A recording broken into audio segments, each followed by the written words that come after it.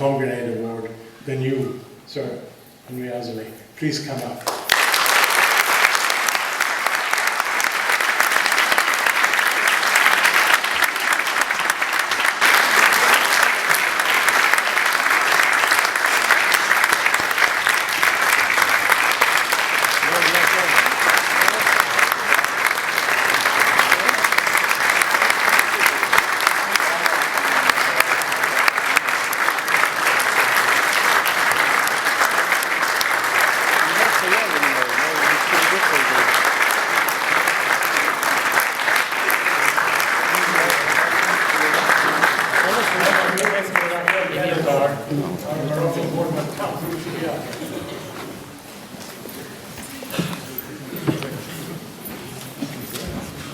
I have to say that we're extremely grateful that you have accepted this award from us.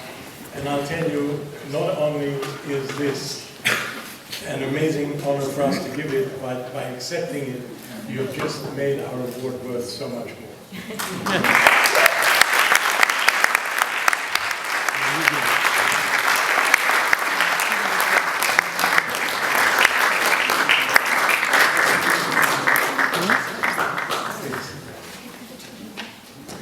Please keep seated. Thank you.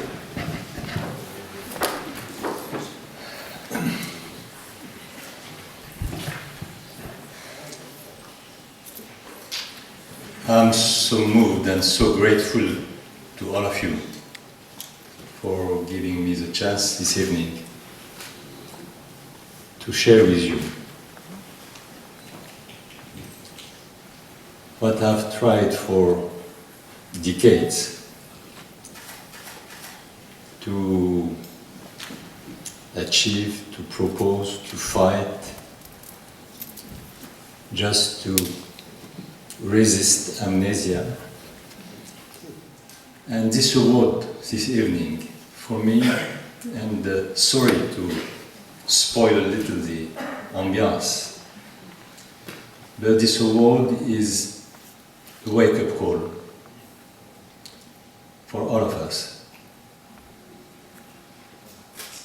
Speaking about Judaism and Islam by March 2017 is not business as usual.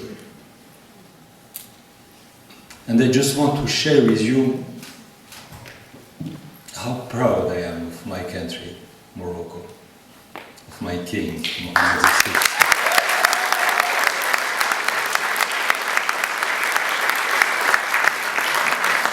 My people, of my community,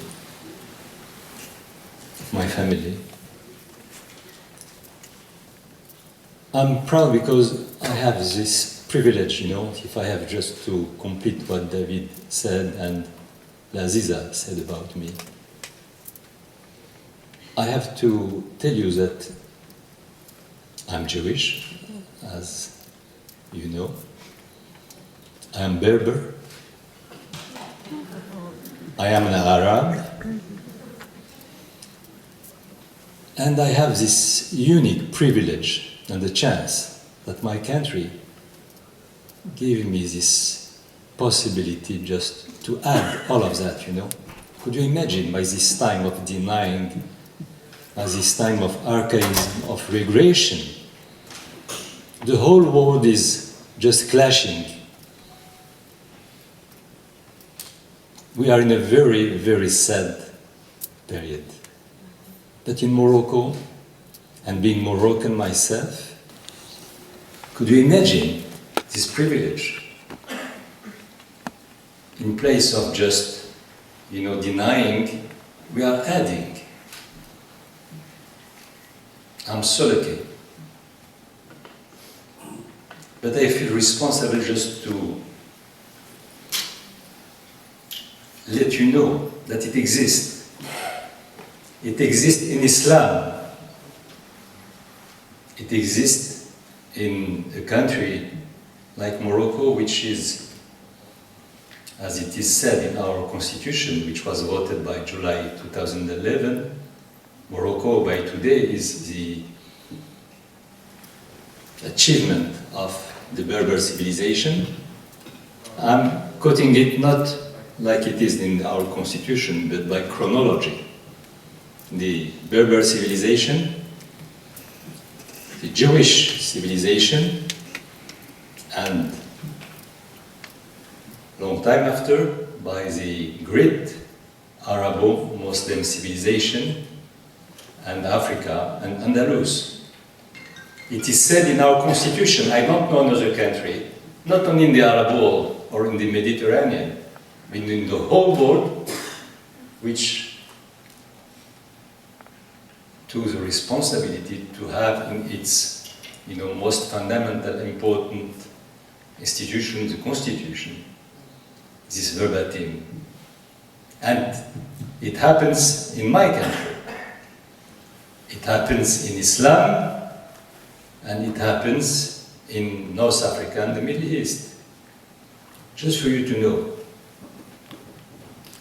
Because every day, I mean, if you read your newspaper, if you watch your TV and listen to your radio, and you heard Islam, you know what does it mean.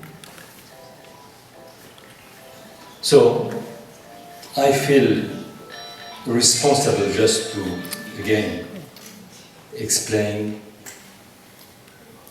that we have to resist all those kind of amalgamation, caricature.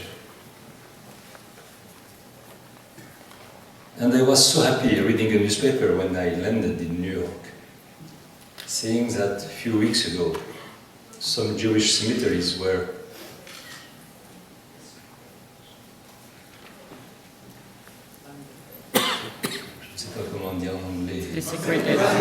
vandalized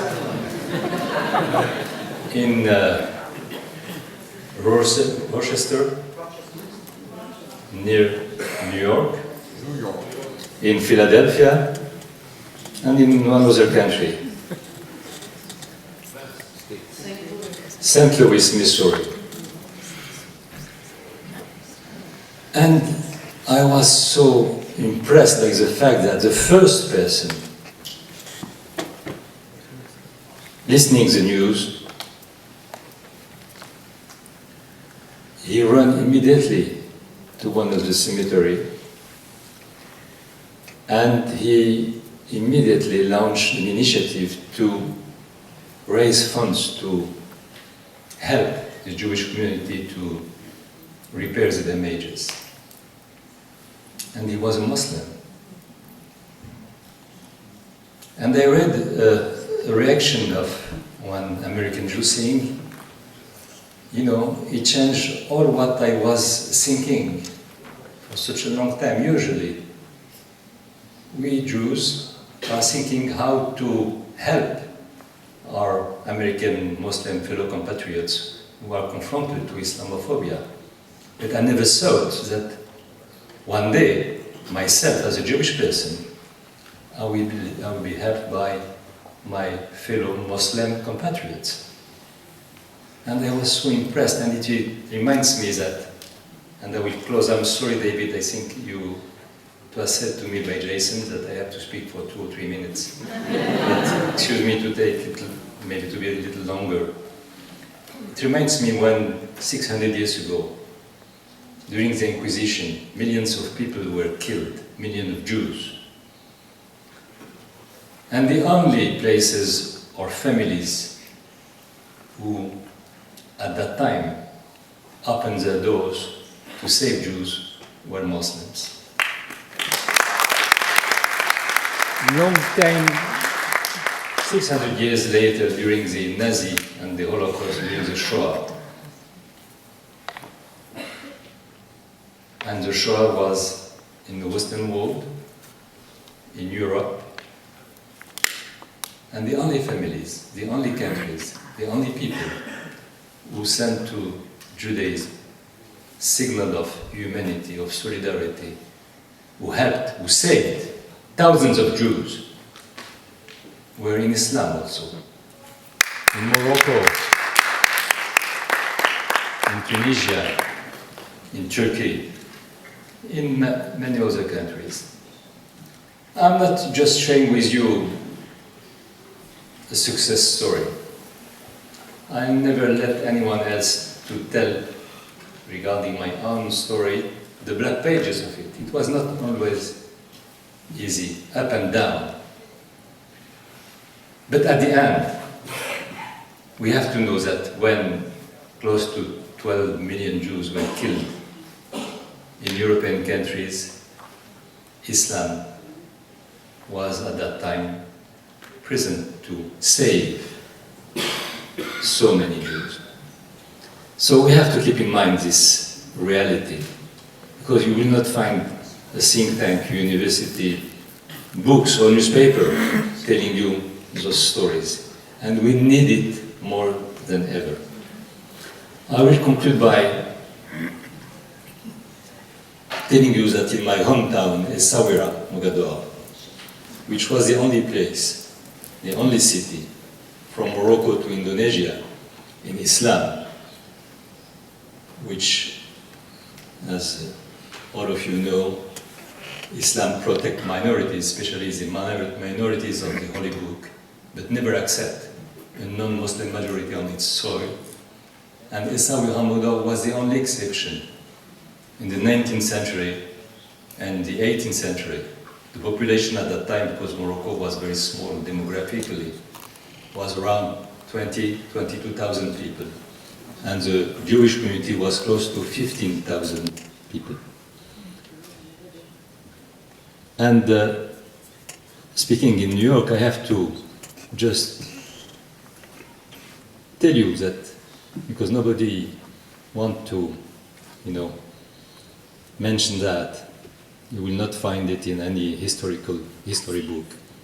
The first Jewish person elected in the US, in your country, was Moroccan. Moroccan Jewish person from Essaouira. His name is David Yuli Levy. And he was one of the writers of the first American Constitution. So, for that also I'm so proud. And please, let David, where are you? Here. You have to do something, It's a Sephardi guy, yeah, Moroccan. And he wrote the first American Constitution. And he was the first Jewish person elected in your country. Where is it in your building? In our archives, we have books about him. Okay. We will feature him. Very good. Thank you.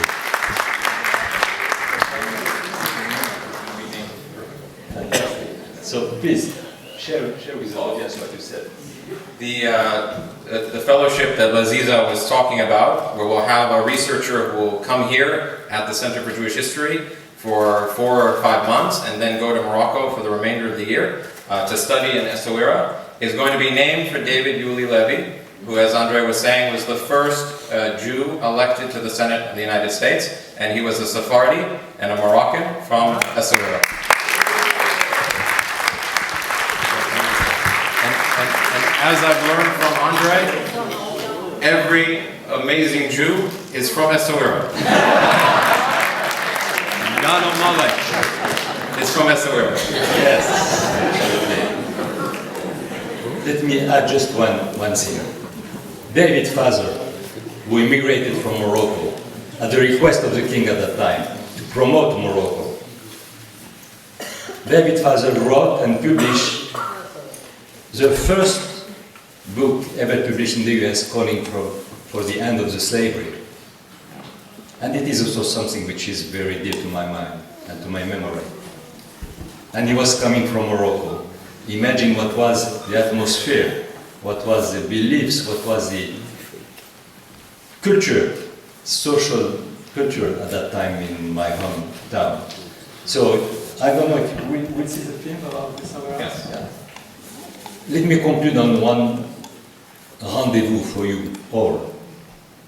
Every year for the last 16 years, one of the festivals I created, as David mentioned, the Festival des Andalousies Atlantiques, is the only one where Muslims and Jews are gathering from Morocco, but also from the Mediterranean countries. And from time to time, some Americans are attending it. And Jews and Muslims are singing together, dancing together, kissing each other. Thousands of people. It's not on the front page of the New York Times, we never found it. But if it was the contrary, Jews and Muslims, confronting, and we'll have the front page. But I will not miss this chance just to let you know and to invite you to come. It's fascinating. And it is the art of all possible. My country is proposing to you. And I'm so happy and so proud to have this opportunity to share it with you. Thank you so much.